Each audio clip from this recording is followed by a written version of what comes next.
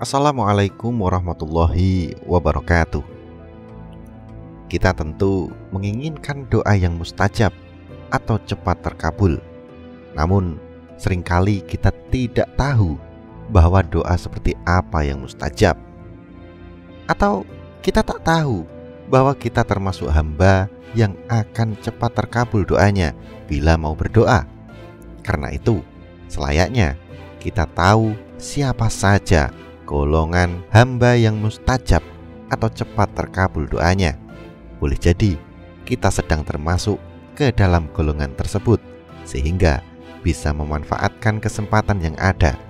Berikut adalah beberapa golongan yang mustajab berdasarkan informasi Al-Quran dan hadis.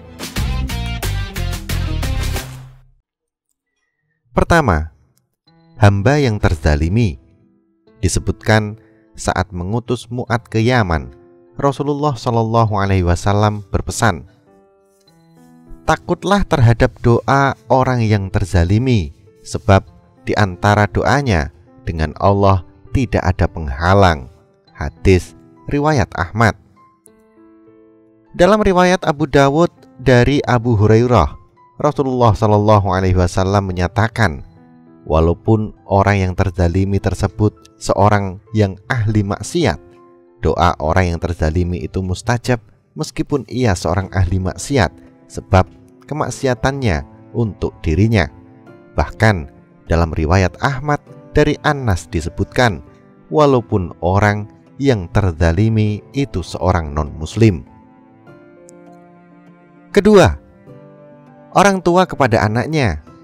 Hal ini berdasarkan sabda Rasulullah SAW yang diterima Abu Hurairah. 3 doa yang mustajab tidak diragukan lagi di dalam ketiganya. Salah satunya yakni doa orang tua kepada anaknya. Hadis riwayat Ahmad. Terlebih hadis lain yang diriwayatkan oleh Al-Baihaqi menyatakan, ridha Allah bersama ridho orang tua, dan murkanya Allah bersama ridhonya orang tua. Ketiga, orang yang sedang berpuasa. Hal ini berdasarkan hadis yang diriwayatkan oleh Ibnu Abi Syaibah dari Abu Hurairah. Dalam riwayat tersebut, Rasulullah SAW bersabda, artinya orang yang berpuasa itu tidak ditolak doanya. Riwayat lain menyebutkan 3 doa yang tidak ditolak, salah satunya orang yang berpuasa hingga berbuka. Keempat, musafir atau orang yang sedang menempuh perjalanan jauh. Rasulullah SAW bersabda, 3 doa yang mustajab tak diragukan lagi di dalam ketiganya. Salah satunya yakni doa musafir. Hadis riwayat Ahmad. Kelima, orang yang sedang mengalami kesulitan. Hal ini berdasarkan ayat Al-Quran. Siapakah yang memperkenankan doa orang yang dalam kesulitan apabila ia berdoa kepadanya? Quran Surat An-Naml ayat 62. Keenam, seorang muslim yang mendoakan saudaranya di belakangnya. Hal ini berdasarkan hadis riwayat Muslim dari Abu Darda. Rasulullah SAW menyatakan, tidaklah seorang hamba muslim mendoakan saudaranya yang ada di belakangnya, kecuali malaikat berkata, engkau berhak mendapat seperti apa yang kau pinta. Maksud di belakangnya menunjukkan ketulusan dan kejernihan niat orang yang mendoakan kepada orang yang didoakan. Terlebih dalam riwayat lain disebutkan, sesungguhnya Allah akan menolong seorang hamba selama hamba itu menolong saudaranya yang muslim.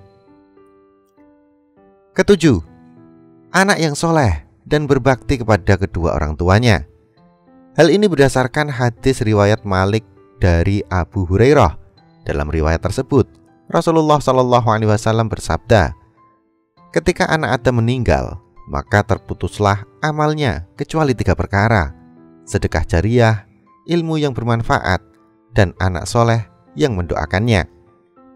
Informasi ini dikuatkan oleh riwayat Ibnu Majah dari Abu Hurairah, di mana Rasulullah SAW bersabda, sesungguhnya ada seorang hamba yang diangkat derajatnya di surga. Hamba itu bertanya, "Karena apa aku peroleh ini?" Dijawabnya, "Itu berkat istighfar anakmu untukmu." Kedelapan, orang yang tidur dalam keadaan suci dan berzikir mengingat Allah.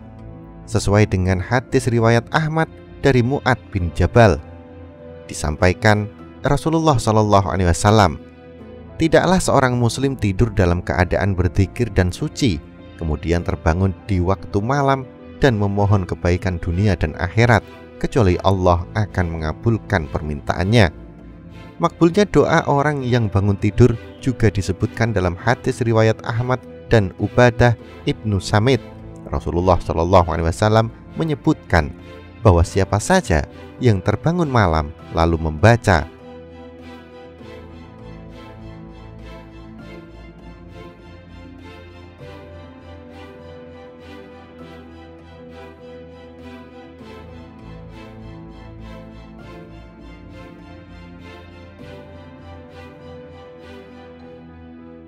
kemudian mengucap Allahumma gfirli, ya Allah ampunilah aku, atau berdoa, maka dikabulkan doanya. Kemudian jika ia berniat untuk wudhu dan menunaikan sholat, maka sholatnya akan diterima. Kesembilan, orang yang berdoa dengan doa Dhunnun atau Nabi Yunus. Demikian berdasarkan hadis riwayat At-Tirmidzi dari Abu Sa'ad ibnu Abi Waqqas. Rasulullah SAW menyebutkan doa Dhunnun ketika berdoa dalam perut ikan adalah La ilaha illa anta subhanaka inni kuntu minadh dhalimin. Tidaklah seorang laki-laki muslim berdoa sesuatu dengan doa tersebut kecuali Allah akan memperkenankannya. Kesepuluh, orang yang sedang berperang atau berjuang di jalan Allah. Sebagaimana hadis riwayat Ibnu Majah dari Ibnu Umar, disebutkan Rasulullah SAW bersabda, orang yang berperang di jalan Allah, orang yang sedang ibadah haji, dan orang yang sedang berumroh atas utusan Allah adalah utusan Allah. Allah memanggil mereka, kemudian mereka memenuhi panggilan itu, sehingga jika mereka memohon kepada Allah, maka Allah akan memberinya. Kesebelas, orang yang sedang menunaikan haji dan umroh berdasarkan hadis pada poin ke-11.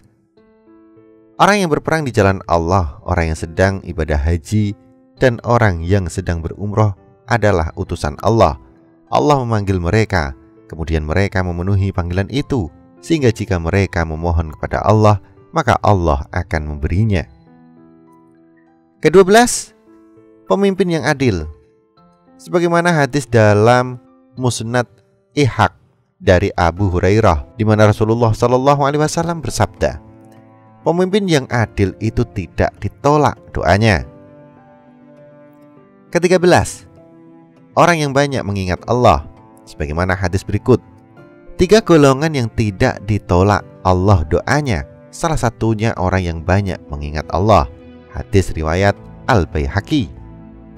Ke-14, orang yang dicintai dan diridhai Allah. Ini berdasarkan hadis dari Abu Hurairah. Rasulullah SAW menyebutkan bahwa Allah berfirman, siapa yang menentang seorang waliku, maka aku menyatakan perang kepadanya. Dan tidaklah seorang hambaku mendekat kepadaku dengan sesuatu yang aku cintai dari apa yang telah aku fardukan kepadanya, dan tidaklah ia senantiasa mendekat kepadaku dengan ibadah sunnah kecuali aku akan mencintainya. Ketika aku telah mencintainya, maka aku akan menjadi pendengaran yang ia pergunakan untuk mendengar. Aku akan menjadi penglihatan yang ia pergunakan untuk melihat. Aku akan menjadi tangan yang menjadi kekuatannya. Aku akan menjadi kaki yang ia pakai untuk berjalan. Jika ia meminta kepadaku, maka aku akan memberinya. Jika ia berlindung, aku akan melindunginya. Demikian sebagaimana yang diriwayatkan oleh Al-Bukhari. Itulah 14 golongan hamba yang doanya mustajab. Bagaimana? Apakah Anda sedang dalam salah satu dari golongan tersebut? Silahkan berdoa sejenak. Wallahu a'lam bishawab. Wassalamualaikum warahmatullahi wabarakatuh.